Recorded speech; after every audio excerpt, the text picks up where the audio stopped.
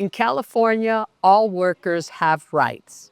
If you are working in wildfire cleanup and rebuilding, your employer must pay you for all hours worked, provide meal and rest breaks according to the law, and allow you to express safety concerns at work and more. It is illegal for your employer to fire you for speaking up about your labor rights. All workers are protected, regardless of immigration status. If you experience wage theft or retaliation, you can contact my office at 833-526-4636 or find us on the web at wagetheftisacrime.com. From anywhere in the world, you could file a claim for wages or retaliation. Contact my office.